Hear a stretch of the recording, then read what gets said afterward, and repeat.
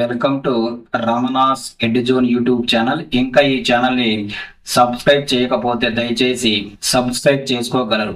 So ఈ వీడియోలో మనము ఈవో గ్రేడ్ 3 సంబంధించి పేపర్ 2లో భాగంగా ఐదవ చాప్టర్లోనే శైవ ఆగమాలు శైవ ఆగమాలలో భాగంగా శైవ ఆగమాలలో భాగంగా సో ఒక శైవ ఆగమం అయినటువంటి జంగముల గురించి తెలుసుకుందాం. జంగములు చాలా చాలా ఇంపార్టెంట్. జంగముల గురించి మనం తెలుసుకుందాం. సో జంగములు శైవ మతానికి చెందినటువంటి శైవ మతానికి చెందిన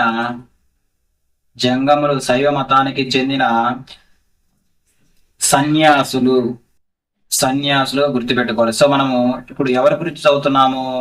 శైవ ఆగములలో మరొక ఆగమం అయినటువంటి జంగముల గురించి మనము తెలుసుకుందాం. సో ఇందులో భాగంగా ఈ జంగములు శైవ మతానికి చెందినటువంటి సన్యాసులుగా మనం గుర్తుపెట్టుకోవాలి. సో జంగమ గురువులు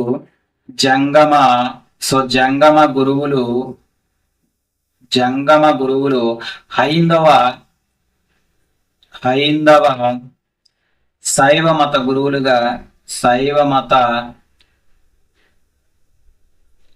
గురువులుగా అదేవిధంగా పూజారులుగా పరిగణింపబడుతున్నారు.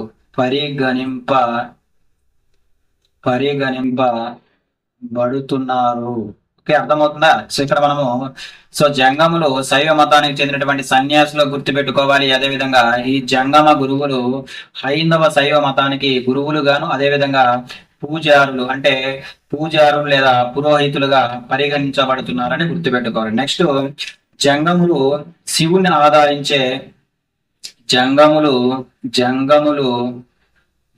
ఎవరిని ఆరాధిస్తారంటే శివుడిని ఆరాధిస్తారు.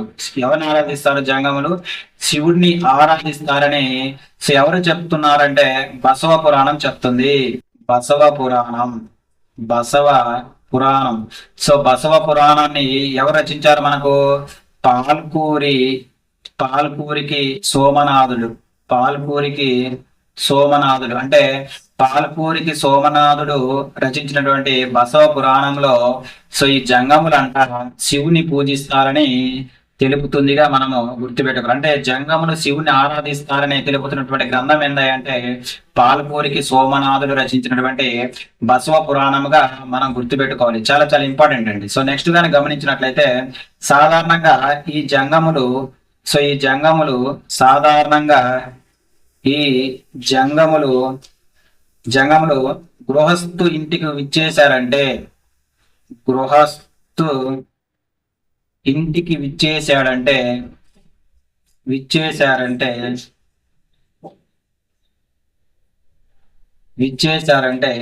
సాక్షాత్తు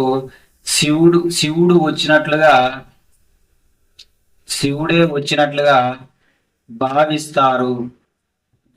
అంటే జంగములు ఒకవేళ ఇంటికి కానీ వచ్చినట్లయితే సాక్షాత్తు శివుడు వచ్చినట్టుగా వారిని భావిస్తారని గుర్తుపెట్టుకోవాలి.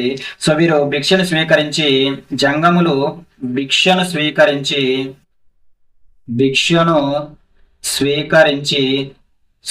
ఆశీర్వదిస్తారని గుర్తుపెట్టుకోవాలి.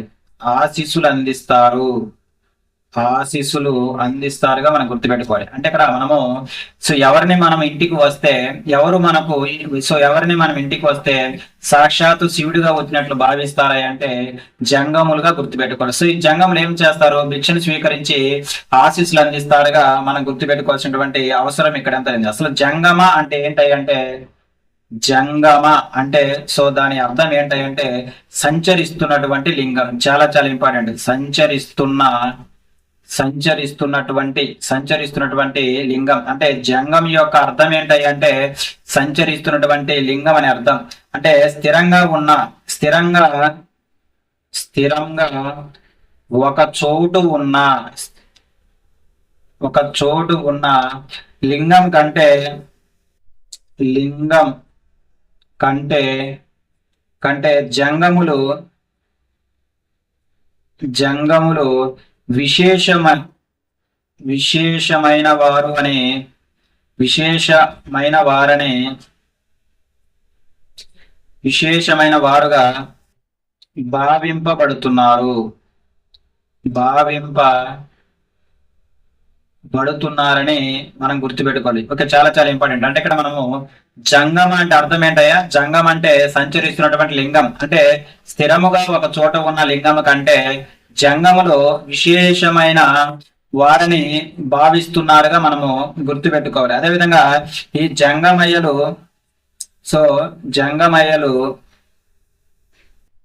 జంగమయ్యలు వీర శైవ మత శాఖలో వీర శైవ మత శాఖలోనే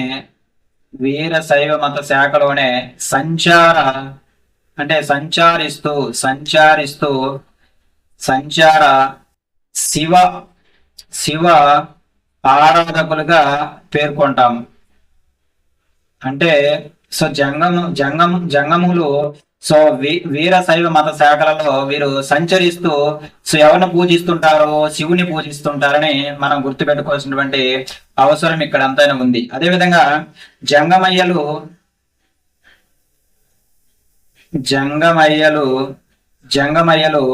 ఆగమ శాస్త్ర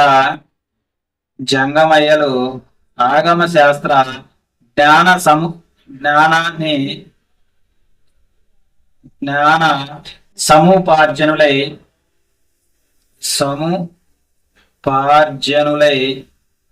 సమాజంలో ఉత్తమైన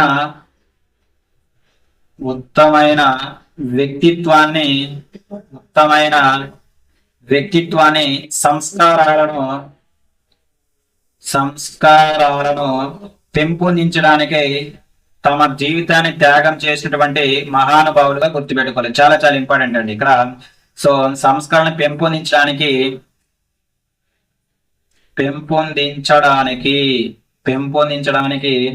తమ జీవితాన్ని త్యాగం చేసిన మహానుభావులుగా మనం ఈ జంగమంలో గుర్తుపెట్టుకోవాలి. అంటే జంగమయ్యలు ఆగమ శాస్త్ర జ్ఞానమును సంపాదించిన వారై, అదేవిధంగా సమాజంలో ఉత్తమైన వ్యక్తిత్వాన్ని సంస్కారాలని పెంపొందించడం తమ జీవితాన్ని త్యాగం చేసినటువంటి మహానుభావులుగా మనం గుర్తుపెట్టుకోవాల్సినటువంటి అవసరం ఇక్కడ అంతైనా ఉంది. అదేవిధంగా ఇక్కడ వర్ణభేదం పాటించకుండా వీరు, అంటే జంగమయ్యలు వర్ణభేదము పాటించకుండా సమాజంలో అన్ని వర్గాల సంక్షేమం కోసం పాటుపడతారు. సమాజంలో అన్ని వర్గాల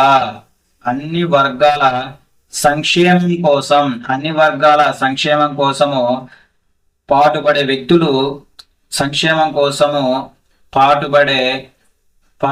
వ్యక్తులుగా మనం గుర్తుపెట్టుకోవాలి. పాటుపడే వ్యక్తులుగా అంటే వీరు జంగమయ్యలు సమాజంలో వర్ణభేదం లేకుండా అన్ని వర్గాల సంక్షేమం కోసము పాటుపడే వాళ్ళుగా మనం గుర్తుపెట్టుకోవాల్సినటువంటి అవసరం ఇక్కడ ఎంతైనా ఉంది. అయితే ఇక్కడ ప్రస్తుతము జంగములు ఒక కులంగా ఎక్కువగా ఎక్కడ దక్షిణ భారతదేశంలో కనిపిస్తున్నారు.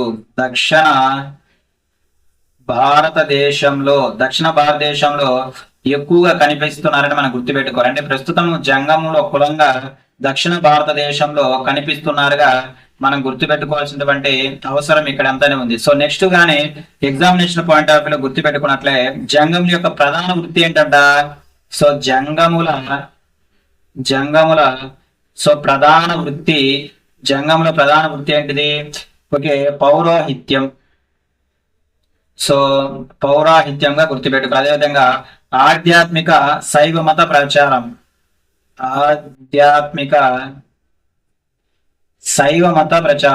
శైవ మతాన్ని ప్రచారం చేయడం, శైవ మత ప్రచారము ప్రధానంగా వీరు శ్రీశైలం శ్రీశైలం మల్లికార్జున స్వామి ఆలయంలో చాలా చాలా ఇంపార్టెంట్.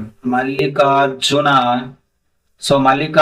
ఆలయంలో, అదేవిధంగా వారణాసిలోనే వారణాసిలోనే కాశీ విశ్వేశ్వరుని ఆలయంలో, కాశీ విశ్వేశ్వరుని కాశీ విశ్వేశ్వరుని ఆలయంలో అర్చకులుగా ఉన్నారు. చాలా చాలా ఇంపార్టెంట్. సో జంగముల యొక్క వృత్తిని గాని మనం గమనించినట్లయితే, వీరు ఏం చేస్తుంటారు? పౌరోహిత్యము, అదేవిధంగా ఆధ్యాత్మికంగా శైవ మతాన్ని ప్రచారం చేయడము, అదేవిధంగా ముఖ్యంగా శ్రీశైల మల్లికార్జున ఆలయంలో, అదేవిధంగా వారణాసిలో ఉన్నటువంటి కాశీ విశ్వేశ్వరుని ఆలయంలో అర్చకులుగా వీరు పనిచేస్తుంటారని మనం గుర్తుపెట్టుకోవాల్సినటువంటి అవసరం ఇక్కడ అంతనే ఉంది. అయితే ఇక్కడ మనము ఆంధ్రప్రదేశ్ మరియు అదేవిధంగా తెలంగాణలో జంగమ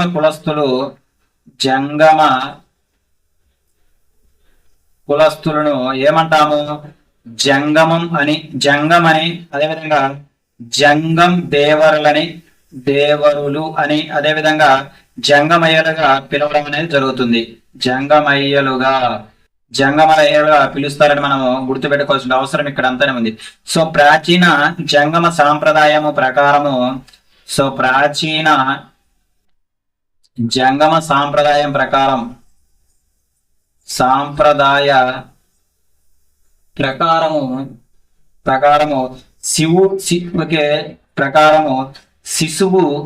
శిశువు జననానికి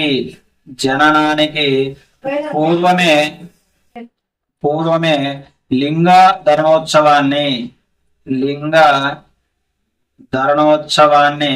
నిర్వహిస్తారని గుర్తుపెట్టుకోవాలి. చాలా చాలా ఇంపార్టెంట్. ప్రాచీన జంగమ సాంప్రదాయం ప్రకారము శిశువు జననానికి పూర్వమే లింగాధరణోత్సవాన్ని నిర్వహిస్తారుగా మనం గుర్తుపెట్టుకోవాల్సినటువంటి అవసరం ఇక్కడ అంతా. ఇక్కడ మనము జంగములను గమనించినట్లయితే, వీర శైవ శాఖకు చెందిన శివుడిని ఇష్టలింగముగా పూజిస్తారు. చాలా చాలా ఇంపార్టెంట్ అండి. ఇష్టలింగముగా పూజిస్తారుగా మనం గుర్తుపెట్టుకోవాలి. అంటే ఇక్కడ జంగములు వీరశైవ శాఖకు చెందినటువంటి శివుని ఎలా ఆరాధిస్తారంటే ఇష్టలింగముగా పూజిస్తారని మనం గుర్తుపెట్టుకోవాలి. సో ఈ జంగములు ఎల్లప్పుడూ కూడా ఇష్టలింగాన్ని మెడలో ధరిస్తారు. సో ఈ ఇష్టలింగాన్ని మెడలో ధరించడానికి కట్టుకునే దారాన్ని మనం ఏమంటామయ్యా? ఏమంటాము? శివధార అంటాం. చాలా చాలా ఇంపార్టెంట్ గా మనం గుర్తుపెట్టుకోవాలంటే, సో జంగములు వీరశైవ శాఖకు చెందినటువంటి శివుని ఇష్టలింగం రూపంలో పూజిస్తారని గుర్తుపెట్టుకోవాలి. అదేవిధంగా ఈ ఇష్టలింగాన్ని మెడలో ఎల్లప్పుడూ ధరిస్తుంటారు. ఈ మెడలో ఈ ఇష్టలింగాన్ని ధరించడానికి కట్టుకునే దారాన్ని మనం ఏమంటామంటే శివధార అంటామని గుర్తుపెట్టుకోవాల్సినటువంటి అవసరం ఇక్కడ అంతానే ఉంది. అదేవిధంగా సో వీరు జంగములు స్నాన అనంతరము అదేవిధంగా స్నానానంతరము శివలింగాన్ని అదేవిధంగా ఇష్టలింగాన్ని ఆరాధించడము, అదేవిధంగా నుదుటన విభూది ధారణ ఇష్టలింగానికి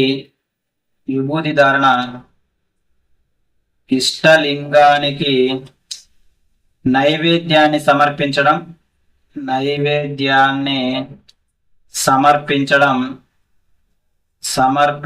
వంటివి చేస్తారు. ఎవరు? జంగములు వంటివి చేస్తారు. అలా సమర్పించకుండా అలా సమర్పించకుండా వీరు ఏ ఆహారాన్ని కూడా తీసుకోరు. ఏ ఆహారాన్ని కూడా తీసుకోరు. అంత నిష్టగా ఉంటారండి ఎవరు జంగమం అంటే వీళ్ళు. సో ఇలా సమర్పించకుండా సో ఏ ఆహారాన్ని కూడా తీసుకోరట, తీసుకోరు, ఏ ఆహారాన్ని కూడా తీసుకోరని గుర్తుపెట్టుకోవాలి. సో జంగమ ధ్యానం అనేది జంగమ ధ్యానం అనేది శివుని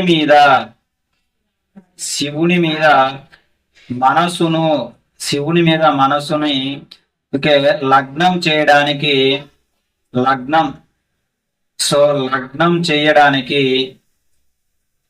లగ్నం చేయడానికి జంగములు చేసే విధానం ధ్యాన విధానముగా మనం గుర్తుపెట్టుకోవాలి. అంటే ఇక్కడ మనం బాగా గుర్తుపెట్టుకోవాలి, ఒక జంగమ ధ్యానం అనేది శివుని మీద మనసుని లగ్నం చేయడానికి జంగములు చేసే ధ్యాన విధానముగా గుర్తుపెట్టుకోవాల్సిన అవసరం ఇక్కడ అంతా ఉంది. సో ప్రస్తుతము జంగం కథ బుర్రకథ. సో బుర్రకథ పేరుతో తెలుగునాట మత సంబంధమైన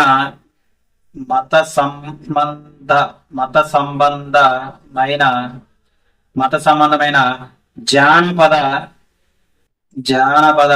కళ రూపాలు కూడా ప్రచారంలో ఉన్నట్లుగా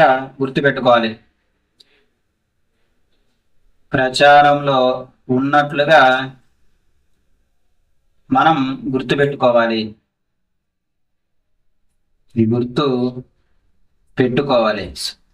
సో ఇది మనము శైవ ఆగమంలో భాగంగా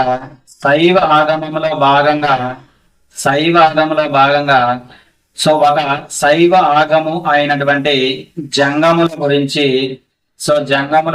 మనకు ఎగ్జామినేషన్ పాయింట్ ఆఫ్ వ్యూలో కొన్ని ముఖ్యమైన అంశాలు. సో నెక్స్ట్ వీడియోలో మనము మరొక శైవ ఆగమం గురించి చర్చించుకుందాము.